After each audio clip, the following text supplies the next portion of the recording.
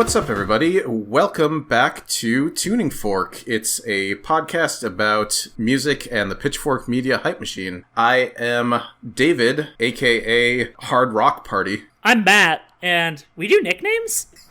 Matt, it sucks that you don't have a nickname prepared because your nickname could have been Matt. What if his name was Matt Dong? I mean, you're right. But it's fine.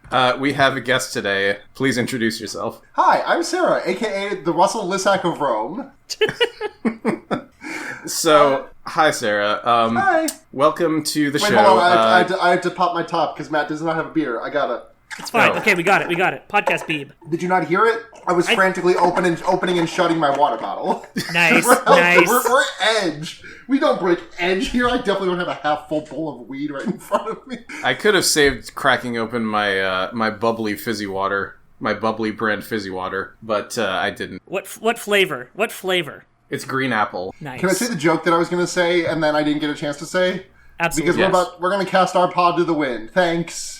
Hey, this isn't Giants confirmed. No, I still gotta wait a couple more months to be on that podcast. Uh-huh. Yeah, we're talking about an album that Sarah's extremely excited about if her Twitter over the past couple of days has been any indication. Yes, I think this was definitely my favorite album of, high school. I kind of stopped listening to Bloc Party after their fourth album came out. I listened to that album and I tried to really convince myself that I liked it, and it didn't stick, and then I kind of, retroactively applied that backwards, and I was like, oh, I guess I don't like any of their music if I don't like the new stuff. Even though I know that's not how that works. Yeah. But I just kind of fell off listening to them for a little bit. So this was a nice, little... I still listen to them intermittently, but, this was a nice blast from the past, just, bang this album all week. Yeah, so Bloc Party, I guess you could say, is part of the early 2000s post-punk revival. Is that fair to say? Alt-rock more than post-punk. I don't think this fits into post-punk's wheelhouse. Yeah, it really seemed like they were trying to make, a pop rock album, and they very much succeeded in doing so. I can see how it fits into, the post-punk ethos, just in the fact that they have... Wait, post-punk or pop-punk? Post-punk. Okay, I heard pop-punk, and I was like, I don't know that. No, not at all. Yeah, I was going to say, yeah, but just because they have one of the tightest fucking rhythm sections I've ever heard. Yeah, oh my Correct. God, Matt Tong is a fucking machine. That's the drummer, right? Yeah. I got to see this. I got to see the original lineup in concert back in 2012, and it was one of the best concert experiences I've ever had in my life. Granted, I've only been to about 5 concerts in my life, 2 of which where they might be, but 2 of those where they might be giants. So I've got a pretty high bar. Yeah, another band with an extremely tight rhythm section. So yeah, Marty Beller cannot be beat. Yeah, I mean, I think everyone in this original unit is just fucking good as hell.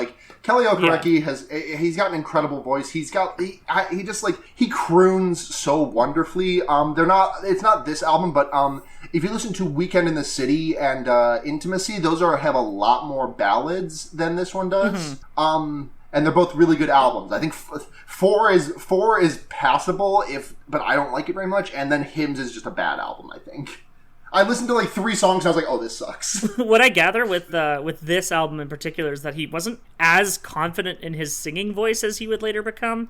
Mm-hmm. Because he does a lot of talk singing on this album. And it really works. It does. But yeah, you could just he doesn't belt all that much. Yeah. I thought that was kind of refreshing that you got to hear him step back from the mic in a couple spots. Yeah. If you want to hear some good examples of that, I linked a video to both of you earlier, which was a live performance of their song "Signs" from the album Intimacy. The studio version of that and Biko, both of Intimacy, and I'll give you a track list of all the ballads. I'm just sorting in my head all the numbers. See, we're not talking about those tracks today, then. We're not. We're talking about these tracks, which was kind of hard to iron out.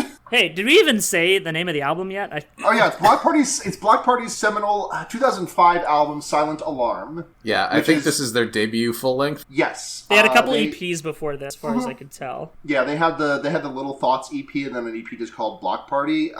They were also before they were Bloc Party though. They were a band called Union. So I think they did an LP as that band, but I'm not 100% sure. Hey, you know what they call me? Little Thought. It's not Lil Thought, it's Little Thought. Yeah, it's little. Small thought. Oh. So yeah, Pitchfork seemed to be pretty into this album, and I think well they should. Was this the first release of theirs that got reviewed? On the Pitchfork? EP got reviewed and it got an 8.0, no best new music. But it was very much like a keep an eye on these guys kind of review. This band is kind of starting to blow up overseas, and we're gonna keep our finger on the pulse. Yeah, but we're not hitching ourselves to the wagon yet. I'm looking at the reviews for the first time, and they did not like Into Me, which is a shame because that album is good. Yeah, there's something about the Pitchfork 5.8 that like that specific like area of reviews is basically like they made something different and we didn't like it because it wasn't the thing they were making before. Yeah.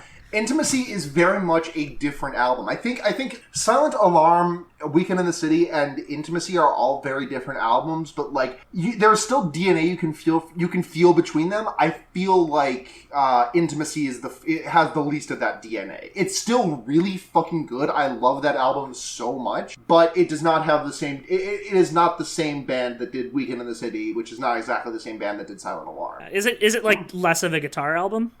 Yeah, it's a lot more. It is a lot lower on the guitar, though. When they bust the guitar out, like there's a song on there called I think it's 1 Month Off that's like one of the big guitar songs on there, and it bangs. It does not use the guitar quite so much, but when it uses it, it goes fucking hard as hell. I'll just have to get Ian Cohen on the show to defend the rating that he gave that album. I feel like it is actually not unreasonable for us to get Ian Cohen on this show. Yeah, and I would love to do it.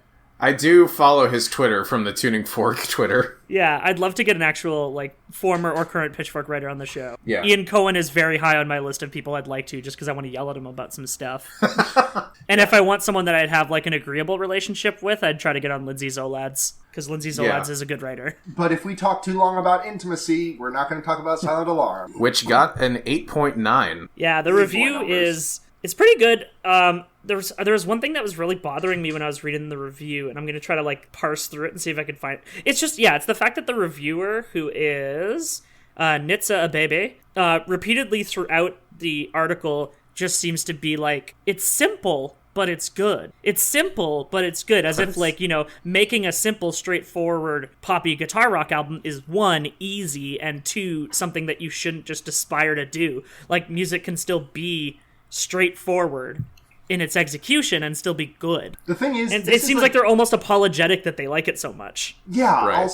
Exactly. And also, like, this album would not exist if the four members of the band were not as good at their fundamentals as they are. I know. I'm gonna belabor this point because it's a point that deserves to be belabored. Matt Tong is a fucking phenomenal drummer, and it's and I don't know what he's been doing since, but I hope someday he comes back to music. Yeah, like in a big way. And I guess the entire subject of this podcast was the time period in which Pitchfork was just incredibly into that experimental shit. Yeah. And so they had to, I guess, feel like they needed to apologize to their readers for, hyping up something that was this much just kind of an alt-rock record. Yeah, I mean, they're really into the British alt-rock, though. Like, they gave the Franz Ferdinand debut, like, a 9.0 the same year.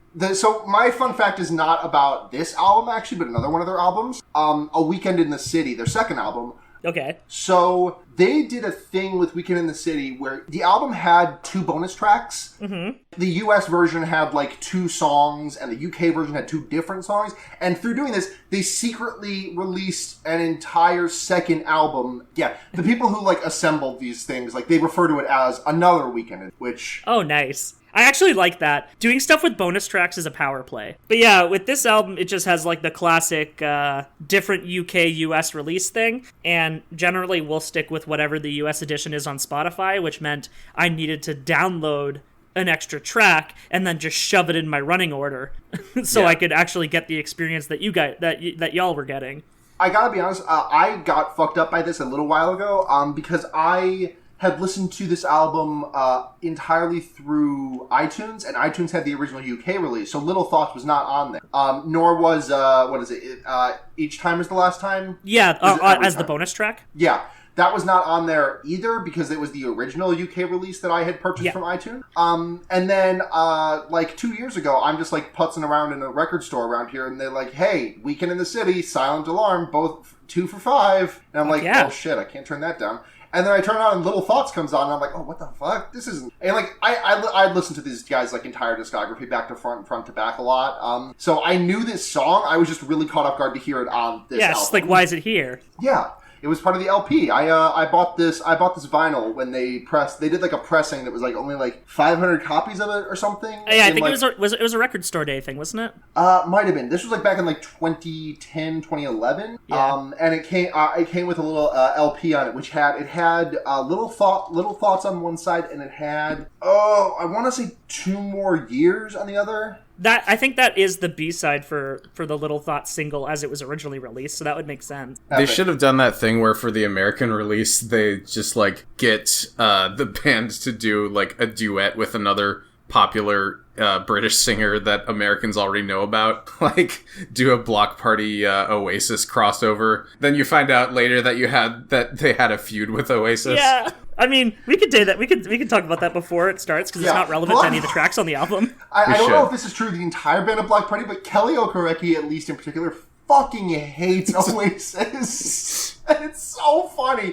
Read the quote about the what he called them on stage after they broke up. My God. Oh yeah, they were both booked for a show, I think, or at a festival, and Oasis got in a fight and broke up backstage, and so Bloc Party then like effectively became like the most popular band at the show. So they came out and were like, "Well, guess we're the headliner now."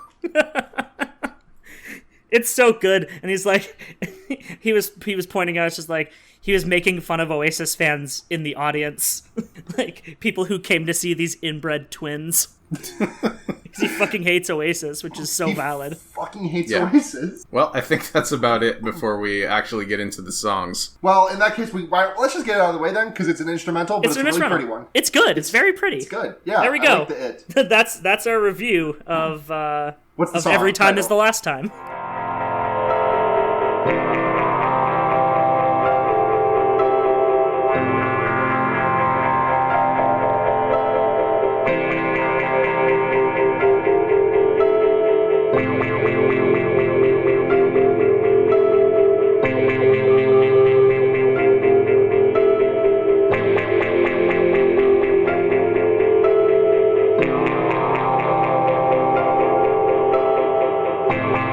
Every Time Is the Last Time. And it's I dropped some hidden lore for y'all in the fucking episode to y'all about that line because there is a song on the Little Thoughts LP called Storm and Stress. The Little Thoughts LP, by the way, is also delicious. But Storm and Stress ends with the repetition of the line, "This time is the last time." Yeah. And then really, really makes you think emoji. Shall we get into the tracks? Yes, please. Yes. Oh my God. So first we've got Like Eating Glass.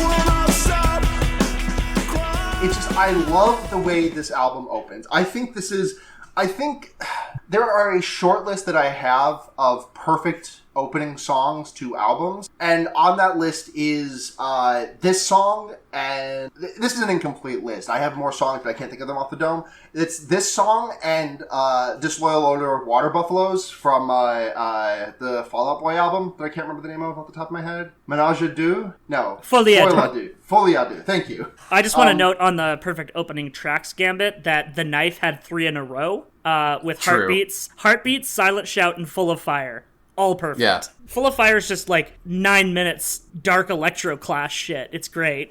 The thing is, my opinion of The Knife is very varied because I've heard 2 albums by The Knife, and they are Shaking the Habitual and Tomorrow in a Year. Oh my god. I mean, I say I've listened to Tomorrow in a Year. I've listened to like 75% of it, which is as far as I can get before a headache is induced and I'm forced to stop listening. Yeah, but we're not talking about The Knife now. I just brought them up and, Yeah. We're talking about Bloc Party's Like Eating Glass, which has, like I said, the absolute perfect opening to an album. It just kind of feels like the stage is lighting up, like it's at like we're just like on a concert, and like Russell Lissak's spotlight goes on. He's like, and then Gordon the Moak's single spotlight note goes intro. Yeah. And then Matt Tong comes in with a, and then just like goes fuck. it's like they went into the drum beat studio is very good. and someone went to turn on the bright lights. UK rock reference. Yeah. I assume we'll cover Interpol at some point. This drum beat sounds like something you'd hear from Phil Selway from Radiohead. Matt Tong is a phenomenal drummer, and seeing him live was a genuine treat. His shirt lasted. Why are there so many fucking Harley Davidson ass motherfuckers living in this part of town? I hate it so much, dude. Like, fucking, this is the gayest part of town, and also one of the blackest. Why are there Harley Davidsons around here? No, that's straight people's business. I mean, when there's Harley Davidsons around here, it's probably just literally the Hells Angels. So that might be your case as well. God, I hope not. What was I saying before I got interrupted? Matt Tong, very good drummer. I also think Gordon Moakes is like an all-time great bassist, and I also love the fact that he just completely takes the verse off, because like there's like this, and then he's just done playing the bass except for 2 notes in the middle of the verse. It's just like and then he comes back in with that like fucking sick ass like Yeah, the bass is extremely upfront in the mix, and I am appreciative of that. Yeah, I was saying earlier to you guys that I did all my my first several listens on my laptop speakers, just because like it's hot in the apartment, I didn't want to put headphones on. And then when I finally actually listened to it on headphones, the rhythm section is really, really high in the mix. And it's a lot more noticeable on cans than it is on open speakers. And I thought that was really interesting, but it's a testament to how much the band and the producer realized that worked. We didn't really talk about the producer or anything. It's Paul Epworth, who is like a pretty sought-after producer now because of how much Adele stuff he's done. Oh, sure. And also like several Florence and the Machine's albums, Friendly Fires, Foster the People, Coldplay, U2. With Coldplay and U2, he basically just picked up where Brian Eno left off, but nonetheless. Every time I think about Coldplay, I just am reminded of that time when they were working with David Bowie, and his reaction to the song they played back for him was, "It's not a very good song, is it?" God. But yeah, no, I think the production really, really works on this album. And one thing I really like is that the album opens so sparsely. So like, as you said, the bass disappears for most of this track. Most of the start of this track. And it's just like Kelly's vocals with some reverb on them.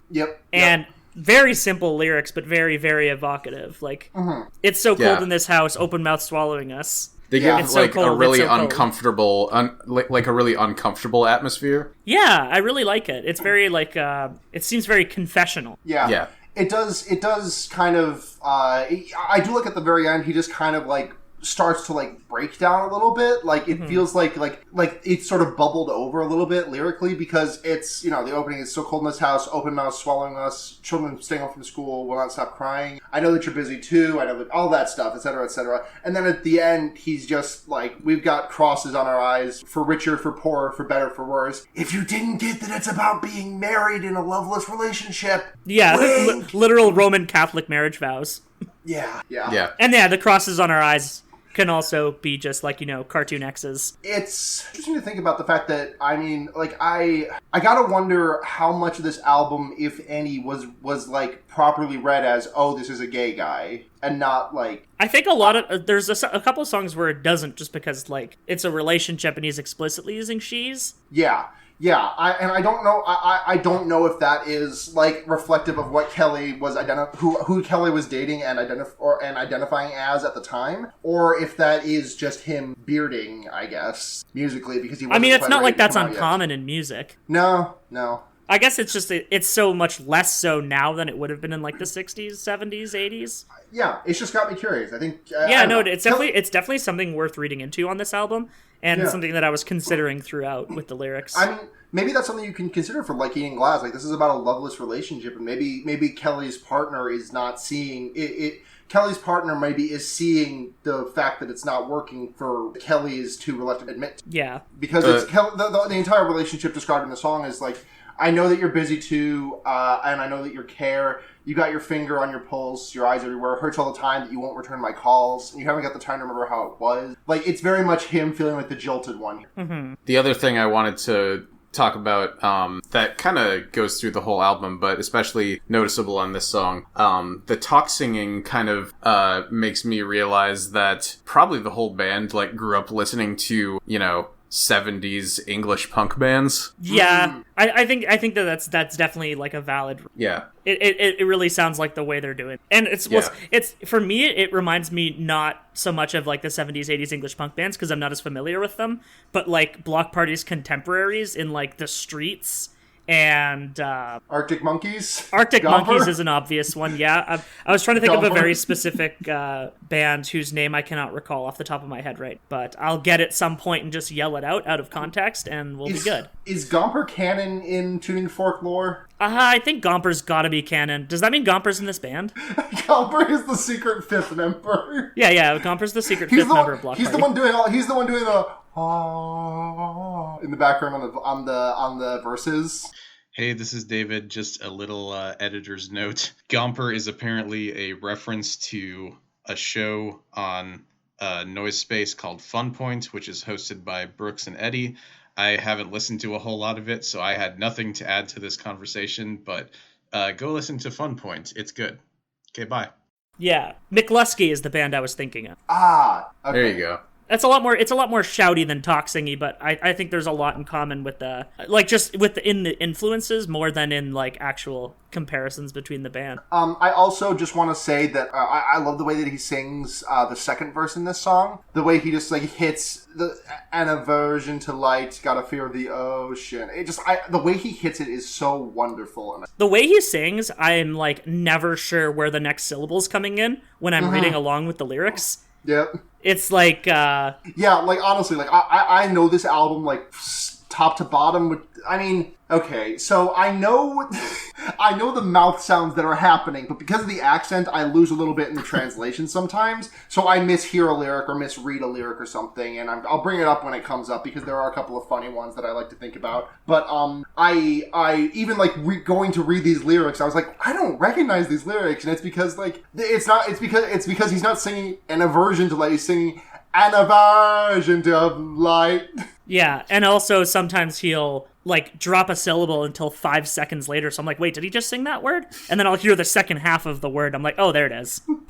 Do you think that he just like wrote the words separately and then tried to fit them to the music that the band came up with? Gordon Mokes was responsible for providing the lyrics to this album, and he did not like consult Kelly. He just kind of listened to the music, and that's why there are so many like incorrect lyrics of this album online. That's really good. I'm pretty sure that was correct. I'm pretty sure this Genius thing is up to date, and I read that. I read that the vinyl case the vinyl sleeve pretty released all the. Wait, is this an episode of I Have the Vinyl? I do have the vinyl, but I don't know where the fuck it is. Hey, it counts. I technically own the vinyl. Pew pew pew. Yeah. It's like me last time. I think I might own the vinyl. Yeah. Give me a call. Next time I'm on, I will own the vinyl, because the next time I'm on, I'm going to talk about Baths Romoplasm, which is literally on my record player across the room from me right now. Oh yeah, that was originally what you'd signed up to do, right? Yes, it was. And I Did you get the teal one? Yes, of course. Of course. You gotta have teal. It's very good. Yeah. I've also got a cute little anti-con sticker on my desk. Oh, fuck yeah. All right, let's talk about Helicopter.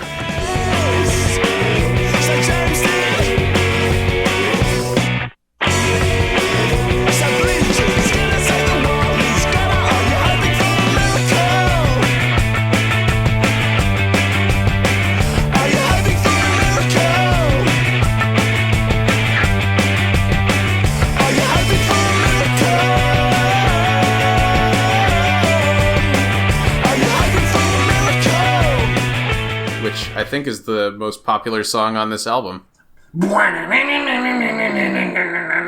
Yeah, this is the Guitar Hero track. Yeah. Funny enough, they had, this is definitely their most well-known video game track, but prior to this, I know of at least 2 instances where they were featured in video games, which is Like Eating Glass was in Tony Hawk's American Wasteland, and Banquet was on the soundtrack for SSX On Tour.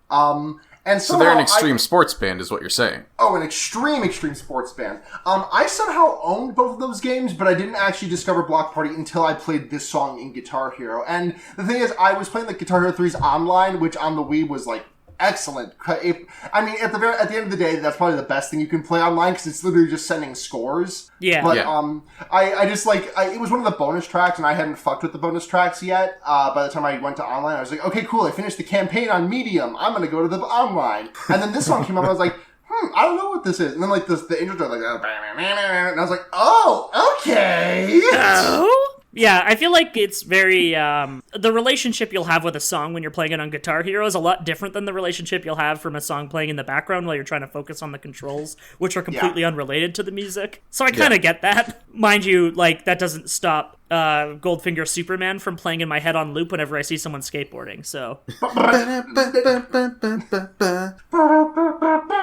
It slaps, is the thing. I do have that entire soundtrack in my library, and I go back to it quite often. That soundtrack rules. Like, Jerry Was a Race Car Driver by Primus is a fucking banger, and that was not on any version except the N64 one. I thought it was on the PlayStation one. Is it? I've looked at I've found playlists of the soundtrack on YouTube, and like that song I feel like is absent most of the time. Interesting. But I could be wrong. But this is Helicopter by Bloc Party. It is. Opens with some extremely fucking crunchy guitar, and I love it. It's good. The chords are really dissonant, and I love that. Yeah. This entire song is just like... I haven't sung his praises very much yet, but I do also think Russell Lissack is a phenomenal guitarist. I don't think he's quite on the level that I put Matt Tong and Gordon Mokes at, and Kelly for his vocals, but I think he's still really, really good. In the hiatus between Intimacy and 4, Russell was in a band called Pin Me Down, and they're pretty good.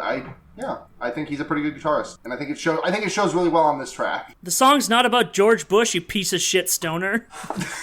Yeah, so this song draws a lot of comparisons to George Bush, and Kelly has vehemently denied this in every which way, every possible chance. And he's kind of mad about it too. There were a lot of bands writing songs about George W. Bush at the time, so it's not unreasonable for people to think that. But also, especially when the next song on the, or not the next song, but one of the other songs in this album is about the human price of gasoline. Yeah, exactly. Like this one, like this could be about like any American. Yeah, absolutely. That's like people just like really like to center everything on politics. It's actually about him though. Yeah, like Kelly wrote it about himself. Do you think that he found himself too American in some ways? That is right there in the pre-chorus. Yeah. So James Dean, so blue jeans. That's what I was having trouble like reconciling it being about him just with the way that those lines were written. Yeah, me too. I was having a bit of a. I do love the amount of like interpretation happening on Genius. That's like, even though Kelly Okereke says this isn't about Bush, this line, just like his dad, is actually about the president. Yeah, that does happen a lot. The one line that I would like to zero in on is in the openers. It's just as if to say he doesn't like chocolate, which like racial experiences seem to be an obvious metaphor there. Yeah. For clarification, Kelly Okereke is a black man, in like what is a very white indie rock scene, like indie rock in general, but also like British indie rock in particular. And the fact that he's gay on top of it, like, icon. Legend. Only legends allowed. Also, Pitchfork really only paid attention to a couple of black-fronted bands at this time. Yeah. It was like them and TV on the radio. Yeah. That's pretty much Hold on, it. I gotta Google what Kelly Okereke looks like right now, because last time I looked at him, he was absolutely smash material. I'm pretty sure he's still smash material. I saw a lot of pictures of him. Oh yeah, this dude has never stopped being smashable. No, yeah, absolutely. This dude fucks on like a primal, universal level. Yeah, he rules. I was going about this song because there's just so much to say. I love like the super fast plucking that that Russell does at the like in the bridge before it goes into the final "Are you hoping for a miracle" part? You know what I'm talking about? Yeah. I love that mainly because it brings back my memory of that part in the Guitar Hero track, which was just like a million 30-second notes stacked on top of each other. I also just really like how the "Are you hoping for a miracle" comes it almost seems like mid-bar. Mm-hmm. Like he's in the middle of a sentence and just, "Are you hoping for a miracle?" And it comes real fast. Every time the chorus hits you like a truck. Mm-hmm. But the thing is, a miracle makes you think it's not enough. Mm-hmm. Yeah. Another line I wanted to zero in on, entirely just because I want to mention the genius note annotation for it. It's not my fault. It's not my fault. They're getting so much younger. Come watch TV.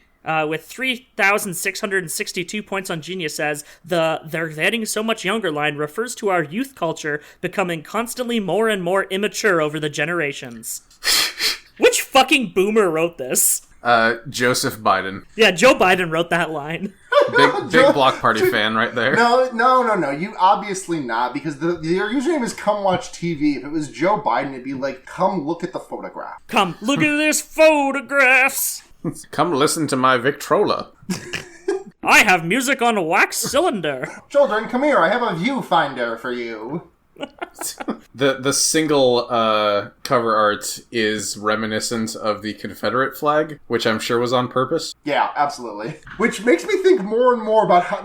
I don't know. I'm just questioning how much I believe this being about himself. I buy that it's not about Bush. I don't think I buy that this is about Kelly. Yeah. You know what I would bet. You know what I would be willing to bet this is. This is an absolute fringe theory, but this is what my brain is starting to come to a conclusion on. This was about a partner of his, and no one has really asked about it since, and he was trying to be like, "No, it's about me. I'm not gay." The interview that is cited is from Pitchfork, friend of the show Pitchfork, from 2009. Well, 2009 is after he came out, so... Yeah, sorry, 2005, which he had not come out yet. Okay, so when the album came out. Yeah. Okay, that kind of tracks. I mean, if it is about him, there's just some, I would assume that they're just, narrative choices to, inform, the content of the song, not necessarily based entirely on his own life. Because it's not like it has to be a one-to-one comparison, right? Right, yeah. Makes you thinking face emoji. Yeah, it really does make you thinking face emoji. I just want to say before we do move on, I love the way that he says bravado. Yeah, it's good. North to south. Empty. Running on. Bravado. Positive tension. She plays face. She said, "I'm gonna use my teeth and my claws." She said, "I'm gonna use my teeth and my claws." She said, "I'm gonna use my teeth and my breasts. I'm gonna make it happen." She said, "And you cannot run or ever escape." Positive fucking tension. I hated the song. I always felt the song was like a barrier I had to get over in order to listen to Banquet, because I didn't like listening to albums out of order. Mm-hmm. I understand that feeling. Also, Positive Tension's probably my favorite track on this album. It's still not my favorite. It might actually be my least favorite, but I definitely like it a lot more than I did when I was young. It's a really sparse song. Yeah. It's looking at the lyrics, there's some questionable ones on here. It's just based on the direction he's going with it, but just sonically, and also the chorus is unimpeachable. It's real fucking good. It's a slapper. But I'm having trouble. What is the subject on this one? Is it Hold on a second. Well, Genius has your back on this. I was gonna say they basically say that it's effectively a song about mass consumption of things that are popular. Well, the thing is that I might be looking at the wrong Genius page then, but Genius has... Oh, Kelly, I know what you're about to say. Kelly, the lead singer of Bloc Party, described the meaning of this song extensively over time. There you go.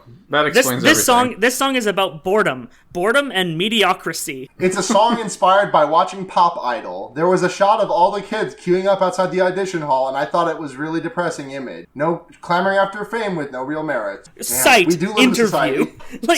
Not cited him, not cited from a magazine, just cited interview. Genius is a fucking toilet. It's so Genius fucking is bad. the best website in the world. This is our Genius.com criticism podcast. Yeah. Citationsneeded.genius.com. Yeah. Oh, I was gonna say Brain Genius. Yeah, the Brain Genius, but with podcast. the O in it and everything. Yeah, of course, Yeah. of course. Genius. Yeah, the song fucking slaps. I don't really have much to say about the lyrics of this, but like the production of it, like I fucking love in the chorus when the over the run. You cannot run or ever hide it away. It's good. If you like this song, Matt, I really recommend you listen to Intimacy, but specifically the first song on it, which is Aries. Yeah. Which has always been a favorite of mine, despite not liking this song terribly much. It's good. It's kind of got a, now that I'm thinking about it, it's kind of actually got like a similar setup. It's a lot, it's even less singing than this, though. It's just, yeah, the thing with this song is I'm still trying to, like, figure out, like, trying to gronk out, like, what the actual, like, perspective that he's singing towards is. Yeah, like, I who is the don't she know. in this song? What kind of person is she? Because I have trouble, like, pulling that from the lyrics. Yeah. Genius seems to think it's about child beauty pageants, which seems like a shitty and dumb read. Yeah. Genius, And, like- providing shitty and dumb reads since we were Rap Genius. Yeah, Rap Genius is white devil sophistry. Yeah. Yep. I do enjoy the outro, the Play It Cool Boy with the layered vocals. Yeah, it's really good. Yeah. But yeah, my appreciation of the song is mostly Sonic, even though that's, kind of a low down read. That's how I appreciate shit, most Sonic's on music. here? So, Yeah, same. Sonic's on here? and Knuckles. Cool. I also love the dropout of everything where it's like, why'd you have to get music so fucking useless? And like the weird fucking like arcade cabinet sound that Russell makes with his guitar, like I can't even like replicate it with my mouth. You know what I'm talking about though? In his guitar solo? He makes a lot of cool sounds on this album, and like my primary thought while going through this whole thing was just like, man, I miss when indie rock had jangly guitars. They just Yeah. doesn't anymore. Everything has Yeah, to not sound really. everything has to sound so rough and tumble, or it has to sound like a fucking country record. It has to sound like the Black Keys now. Yeah, I want it to sound like Born Ruffian's first album, or this. About Yeah. 328 into the song, his guitar makes a sound that just like sounds like Pac-Man dying, overlaid with like the spaceship from Centipede dying, overlaid with the spaceship from like Asteroids. Like it just sounds like 15 NES death animations laid on top. What if he just has a Fucking bunch of awesome. buttons on his guitar that just trigger samples that What play if he through the just has- chord? So are you saying that he was the first one to ever combine a guitar and a MIDI fighter? Yes. Cool. That has to exist, right? That exists, Oh, well, right? I feel like that exists. Yeah, probably. Someone's Yeah. put arcade buttons on their guitar already. 100% chance. I think the thing that made me not like this song so much as a kid is that I think it's like the least interesting song, like in terms of what Kelly is saying / singing, but I think like musically, sonically, it is incredibly impressive. Yeah. See, yeah, again, that's the main way I approach music, which is why, like, I'm not the guy who comes in with a ton of notes for this show, because I'm almost always approaching things from that angle. Yeah. But yeah, I can see, like, as a kid, like, trying to listen to the lyrics of this song and being about as confused as I am as to what the subject necessarily is. Well, I wasn't really confused about the subject. I was like, oh, Kelly's not singing on this song. I don't think I like this. Yeah. Yeah, that's fair. This It is- is, I mean, it this is is the most one of the most talk-singy songs on the album. Yeah. The confusing lyrics band from when I was a kid was always REM. Like, I would read the lyric sheets and be like, this means absolutely nothing. But I enjoy it anyway. Listen, It's like, damn, what is how- the frequency, Kenneth? how much is it going to how many times am I going to explain this to you? But listen, that's great. It does start with an earthquake. Birds, snakes, an airplane. Lenny Bruce is not afraid. I need someone to stop me because I will do this entire song. Please don't. Okay. All right, let's talk about Banquet then. So underrated.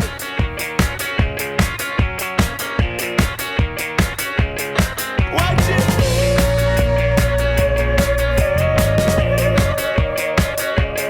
Suffocated. Ha ha. Turning away from the light becoming. Turning into myself. Oh, Banquet, the SSX on tour song, the most inferior version of the SSX. And like this is one of the leader, like the singles from the album, right? Yeah, I mean, Yeah. 8 out of like the 14 songs on this album were released as a single at one point or another. Granted, one of those is was it Positive Tension that was the first thing that got them noticed at that concert that I can't remember who it was. The Franz Ferdinand show. Yes, it was thank you. it was She's Hearing Voices. Yes, She's Hearing Voices. Thank you. That is not the track that I would give. Yeah, me Yeah. neither. Me neither. We'll get there, but... We will get there. But this is Banquet. This is Banquet. Another song that starts off really kind of like minimalist.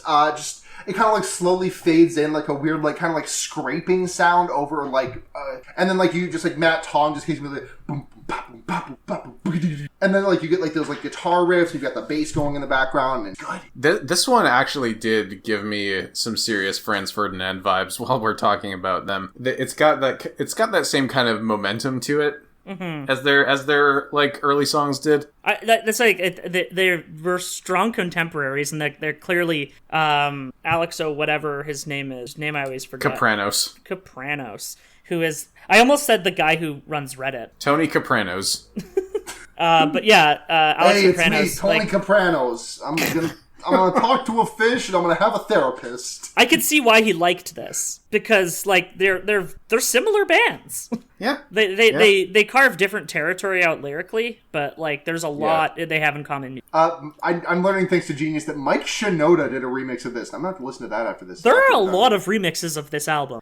Is what I discovered. Well, I mean, the thing is that they Bloc Party does a lot of remixes, or they give their stuff to other artists for remixes. Yeah, like the Bloc Party Intimate Silent Alarm Remixed has an incredible track list. Hold on, I'm gonna pull it up. Not a track list, because it's just all the songs on this album, but they've been remixed. So you got Ladytron Zapatista, Sheriff Whitey, Black Box, Phones Disco, Engineers, Errol Alkin, M83, Fortet, Death from Above 1979, Mogwai, Nick Zinner. Like there's just so many names on here. And the Compliments remix, by the way, is particularly delicious. Hold the fuck on. There's a remix of Banquet by Cornelius? There you go, Matt. Holy hell, I gotta hear that.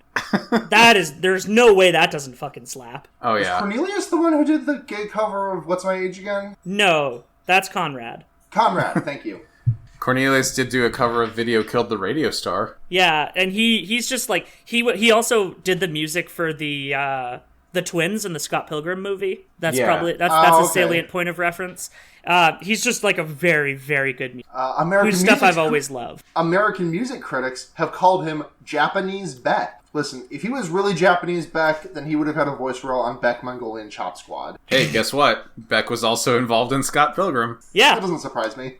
Well, yeah, Beck did He wrote all the Sex Bob-omb songs. Yeah, so when there's Sex Bob-omb versus the twins, it's literally just Beck versus Cornelius. Right. What a good fucking movie. Yeah. We could earnestly do music of Scott Pilgrim episode on some show. Beck feels like a very Jeff Rosenstock presence to me. Where he just kind of shows up all the time? Yeah, and also he seems like a really good dude. Yeah, shame he's a Scientologist, though. Oh, Christ. Beck? He was born into it. Oh my god. His parents were. So I give him slightly less blame than other people.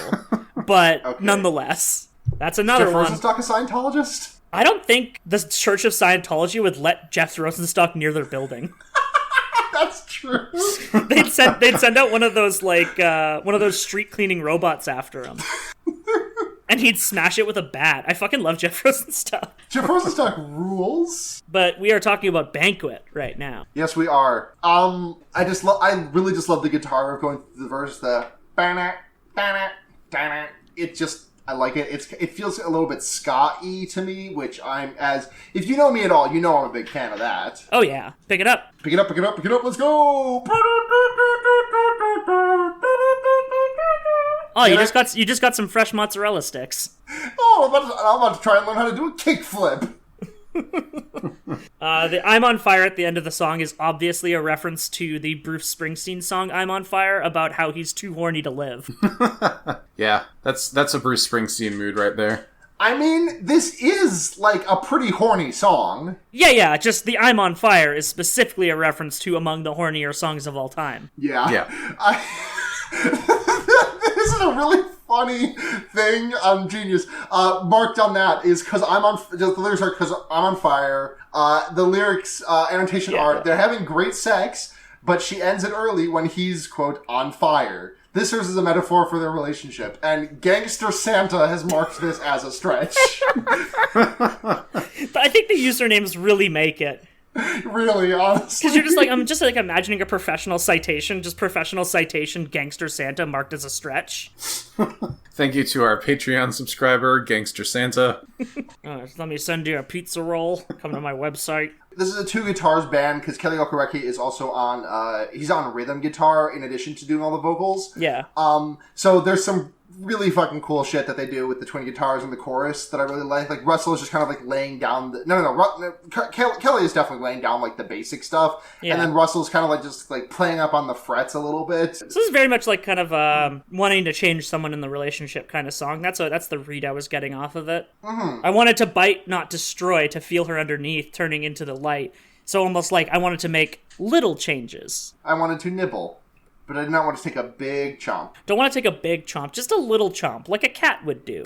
I also love the bridge in the song is also great. The and if you feel a little left behind, we will wait for you on the other side. And like they do it again, but like 2 notes down. Mm-hmm. And it's really cool. I mean, it's 2 notes down as you can get for like talking. And if you feel like that's the kind of thing I'm talking about. Mm-hmm. And I think it's like, we will wait for you on the. This is the first time I'm realizing that is. Not we will weigh you on the other side, which I had considered to be like the fucking scales. Yeah, like the feather on your heart thing. Yeah, and that's what I'd always interpreted that as. And is that Anubis or is that a different? I think it's Anubis. I only really remember it because there was an episode. There was a Sesame Street special where they got locked in the museum overnight. This is before Night in the Museum, I would like to say. And they got locked in the museum overnight, and a little Egyptian boy came to life, and he was afraid of going to the god of death and having his heart weighed, because if his heart was too heavy, he was going to go to hell. They didn't say hell, because it was Sesame Street, but they basically said, hey, this kid might go to hell. Yes, it is Anubis that weighs your heart in the Egyptian afterlife. The only reason I know this, of note of recently, is because I've been watching American Gods, so... Good show. I wasn't sure if I could trust it to be fully accurate. I am American God! Why hasn't Kid Rock been on American Gods yet? Get on it, Brian Fuller. Wait, no, he quit. Whoever's on it now. It's because he's too busy making t-shirts that label every state that didn't vote for Trump in the 2016 election, dumb fuckistan. I mean, there's also the Kid Rock cruise. He's also too busy endorsing Ben Carson. Oh my god. Remember that? Like, he endorsed Ben Carson back in, like, the early 2015 where they were still, like, a bunch of people in the running. Well, it's just because they're both from Michigan. That's literally it.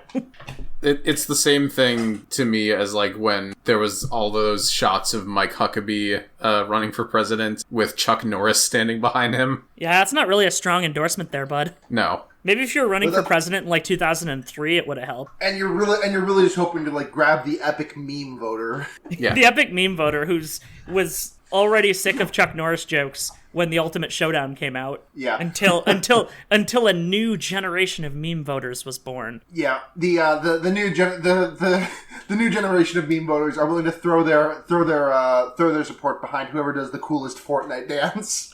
Yeah, absolutely. which is why Joe Biden is going to walk out on stage and try to do Orange Justice and break every bone in his body. Joe Biden. If any candidate just said Orange Justice, I think they'd get the vote. What if they said, I want to impeach Trump, call that Orange Justice? Because he's orange? The thing is, there are certain candidates I can imagine saying that. Biden is not one of them. List of candidates I can envision saying that. I can envision Kamala Harris saying that. I can envision Beto O'Rourke saying that. And I can envision Andrew Yang saying that. Yeah, Andrew Yang's probably already said it. Oh, almost certainly. Yeah. He gives you $1,000 and says epic orange justice as he, like, cuts the president's head off. Joke about parody. Andrew Yang cutting president's head off. Let's bring the mood down just a couple ticks and talk about Blue Light. The gentle spirit.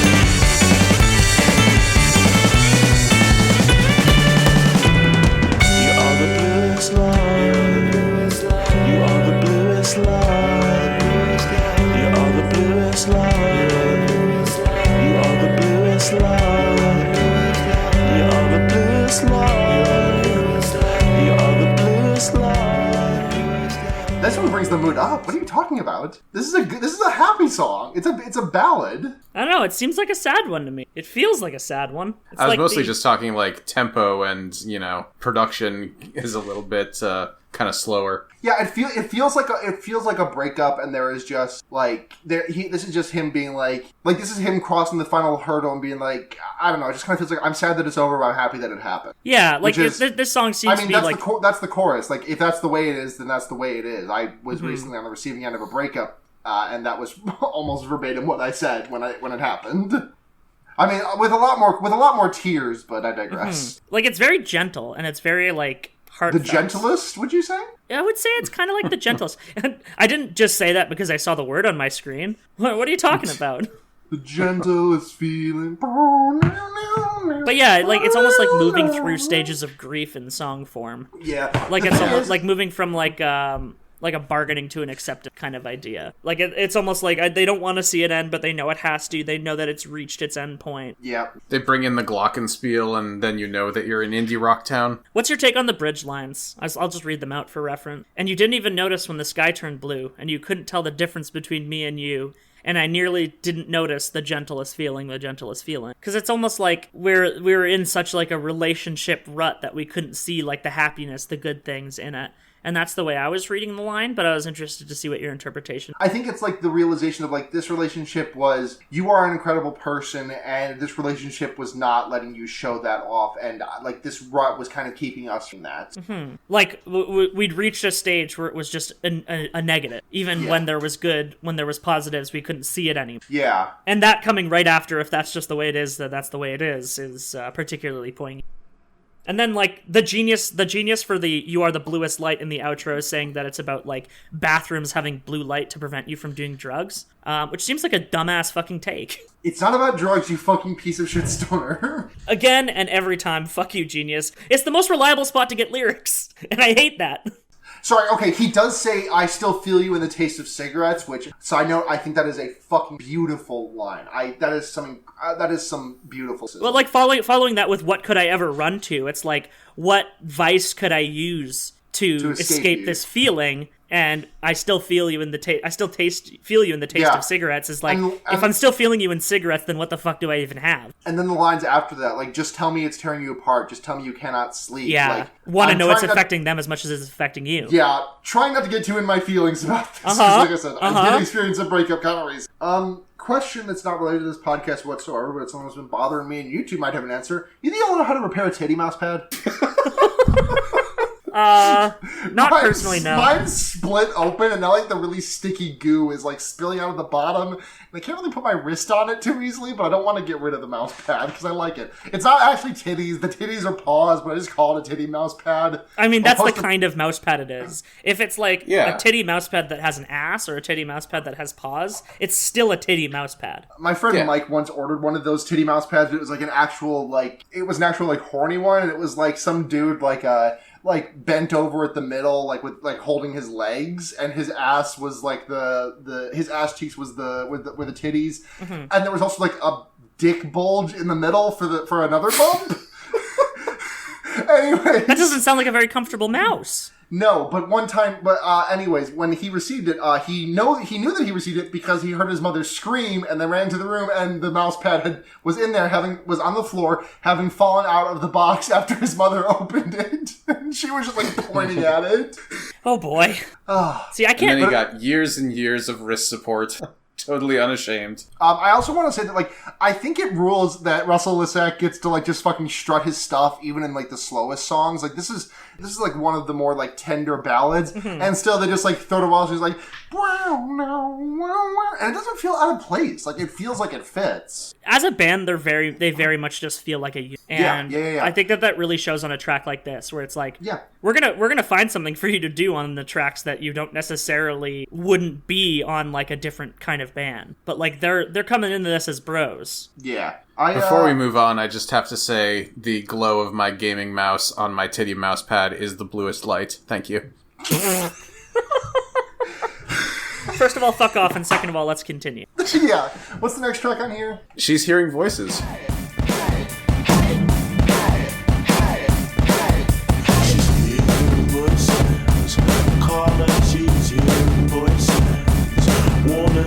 Just can't sleep. In bed, she just can't sleep.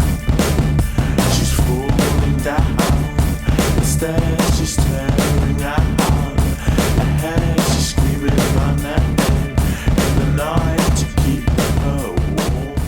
The first part of this song sounds entirely like everything is being run through a high-pass filter. Yeah, I do love that part of it. Like, the drums are completely fuzzed out. Yeah, I really do love that, and I also love, like, I hate the lyrics, I hate the content, but I love Kelly's voice. The hearing voices. Like, it sounds like almost like a really deep voiced ghost is haunting me.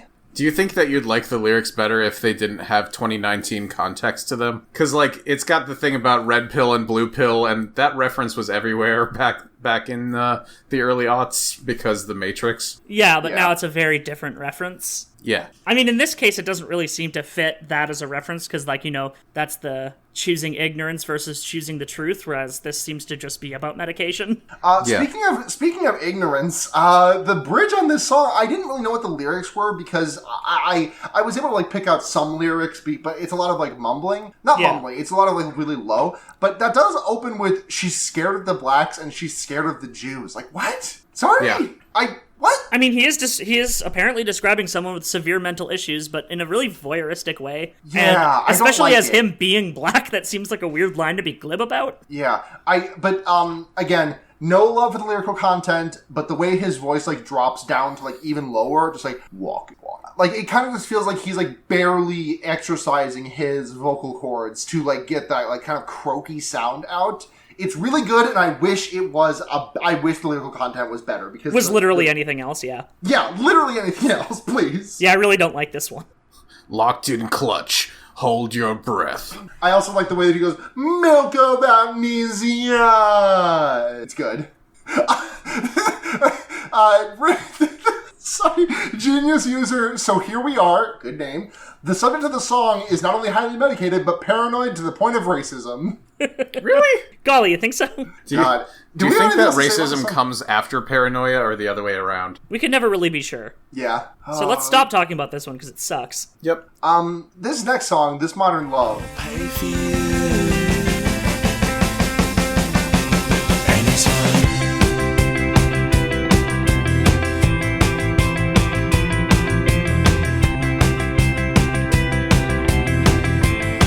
And you told me you wanted to eat up my sadness. We jump, running shorty and gorge away. And you told me you wanted to eat up my sadness. Jump right. Baby, you got to be more discerning. I've never known. Also breaks my damn ass heart. It's a good fucking song. It's really good. First of all, the first time I heard this song was absolutely Owen Pallett covering it live.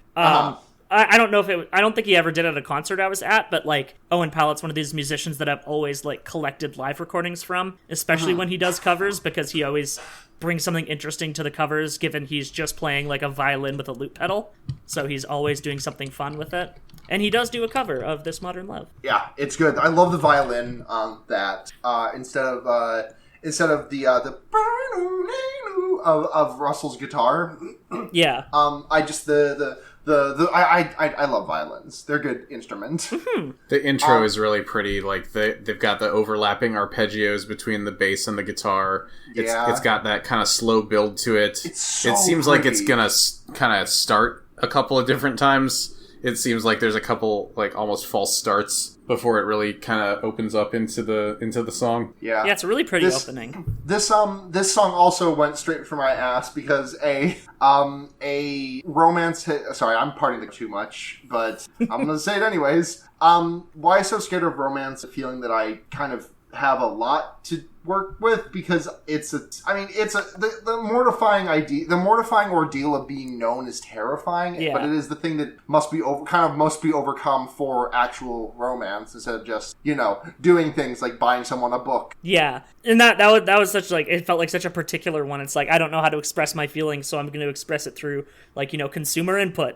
Yeah. Because I know I've been like that before, just buy people shit. The start of the second verse is also very, like, how I kind of was for a while. And it wasn't good, but don't get offended if I seem absent-minded. Just keep telling me facts and making me smile, and don't get offended if I seem absent-minded. I get tongue-tied. It's not exactly a kids be on their cell phones moment, but it does seem to speak to like the alienating nature of technology and how it just impacts the modern dating scene. relationships. Yeah. It's almost like it's like a we be on our cell phones kind of song, as opposed to kids be on their cell phones. Zeroing in on a line at the end of the first verse, I've been paid, I've been weighed. Kind of. What find that? It's just to be lost in the forest, to be caught adrift. You've been trying to reach me. You bought me a book, which I always misheard as you bought me a bird, but whatever. To be lost in the forest, to be caught adrift. I've been paid. I've been weighed. I've been, and then it's just the. Yeah, I'm not sure. Like, I would almost like bring that back to the soul weighing of Anubis if it made sense here, but yeah. But the thing is that that was a misheard lyric by moi. Yeah.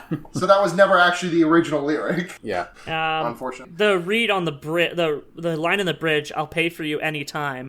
People like to read that about being about sex work, which it doesn't really fit with the rest of the song. Right. Like I'll pay for, like when I say I'll pay for you to my girlfriend, it's like that's I will buy you dinner. Yeah, exactly. And also, like, it matches with earlier lines in the songs about buying them shit. Trying to reach me, you bought me a book. Like, that moment of, consumer intimacy because you don't know how to express yourself. Mm-hmm. And so it's saying, like, I'm reliable, I'll pay for you anytime. It doesn't necessarily mean I'm going to be open with my emotions, but I'll show myself in this way instead. I bought you a copy of the first 3 books of A Song of Ice and Fire. Hey, I bought you a copy of Infinite Jest. Suck my dick now. I also like the songs like "Baby, You've Got to Be More Discerning. I've never known what's good for me," and "Baby, You've Got to Be More Demanding." Like, it's almost seems like a very much like we're this way, but we don't have to be this way. Like, please tell me if it sucks, and I'll try to be a different way. Yeah, but it's almost like I'm not willing to put the work in to figure out what's up. I want you to tell me. Yeah. And I think that works in a really good way with the the presupposed like alienation present in the rest of the song. In that, like, not only is he unable to express, he's also unable to read. Yeah. I'm 9 and I can't fucking read. What up?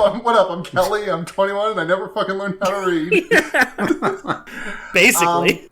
This is not a genius annotation, but it may as well be. The third verse opens with the lyrics, "And you told me you wanted to eat up my sadness. We'll jump on, enjoy, you can gorge away. And you told me you wanted to eat up my sadness."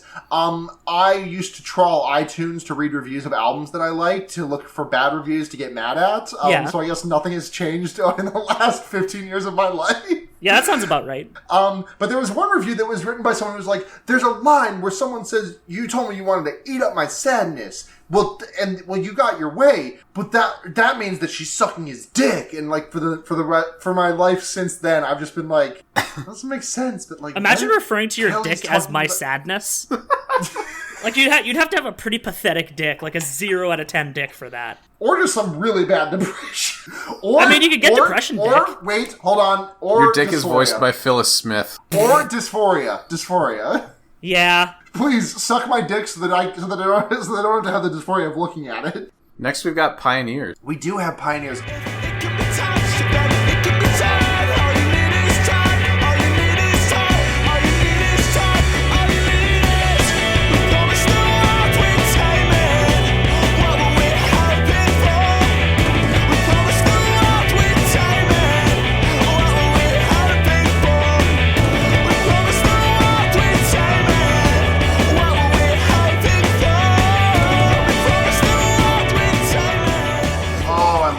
So fucking much.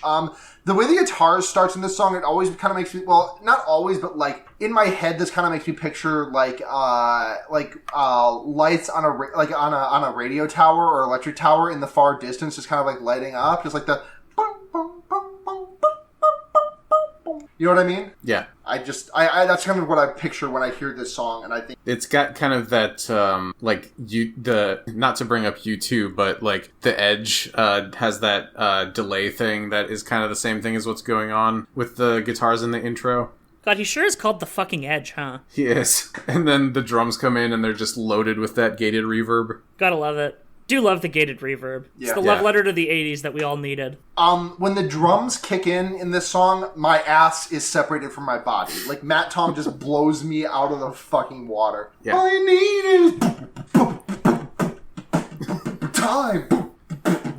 It's good shit. It's so good. Yeah. I also just love the verse here. I don't really know what it's supposed to be about, but I fucking love it. Just, if it can be broken, then it can be fixed. I always love... Anything busted can be repaired, and anything that's whole can be split apart. I don't know what you're saying, but it sure are some words that sound good when they come out of you. Yep. And all you need, I mean, it's objectively true statements. Like, if it can be broken, then it can be fixed. Yes. If it can be fused, then it can be split. Yes. It's all under control. 4 times. Sure. If it can be lost, then it can be won. Yeah. If it can be touched, then it can be turned. I feel like there's a turn of phrase that I'm not knowing for that makes that make more sense. Yeah, I'm not 100% on that one. Yeah. But thinking of pioneers and just like pre-promise the world we'd tame it, what were we hoping for? Yeah. It seems like a colonial angle almost. Yeah. But I'm not exactly sure what the statement is with it. Yeah. I also think I think this is my favorite track on the album, and in a large part because of the bridge.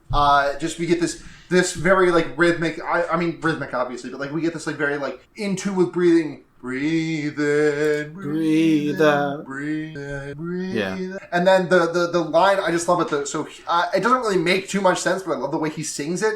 So here we are reinventing the wheel. I'm shaking hands with a hurricane. Like, I don't exactly know what it's evoking, but it's evocative, and I am evoked by it. It gets the people going. Yeah. It's a color that I can't describe. It's a language I can't understand. He's saying your reaction to the previous 2 lines. Damn. In the next 2 lines. Damn. Kelly went fucking some did shit. it. Woo! Oh my god, I've been mind freaked. Starting with the word ambition, it has like the same rhythmic meter as Mr. Brightside. Like ambition, tearing out the heart of you, carving lines into yeah, dripping down the sides. Let's be real, Sarah. Kelly doesn't care about meter either. Yeah. Point. He fucks around with the meter so often. Does he sing things like exactly as he would on album live, or is he all over the place? I haven't watched too much of their live stuff, and it's been a long time since I went, but I feel like, I don't know. Because he seems like he's singing really free-flowing. It doesn't seem very planned. Yeah. But that could be the affect that he's going for. The thing is that when I went to the concert, it was their 4 concert, the concert for the album 4. Okay. So a lot of that was different songs stuff. from... Yeah, a lot of that was different stuff that I hadn't really heard too much of yet, because like the album had only come out like prior, maybe. Yeah. So yeah, I don't remember too well. God, I'd love to see them again, but I don't know if I want to see them with the current lineup. Nothing against the current lineup. I love the original lineup. Is Kelly the only original member left? No, now? Russell's still around. But no, Gordon Matt Tong, left. No, Gordon Mokes left in 2013. He's now a member of the Young Legionnaires, and Matt Tong left in 2015. I don't know what he's doing. And Kelly Okereke has gone on the record and said that someone was doing cocaine and someone didn't like it. Oh, jeez. Aw. That's always sad about drugs. It feels like you're putting your buddies on blast a little bit there, but oh god, I think I'm just gonna, after we're done with the song, I'm gonna like just smoke some weed and listen to this song on repeat. Like, damn, I am shaking hands with a hurricane. Damn, Kelly. Oh god, it's such a this song in particular like flashes me back to like my high school so much. This song and Plans both do. But yeah, it's fucking good. The way he sings the end of the 3rd verse, we said we're gonna conquer new frontiers. Go on, stick your bloody head in the jaws of the... I fucking love the enunciation he puts on. He really goes for it. He put some stank on it. He put mustard, ketchup, and sriracha on that bitch. And also stank. Yeah. The FDA recommends putting a little hot sauce on that bad boy. Are we good to move into price of gas? I've been driving a mid-sized car, never hurt anyone.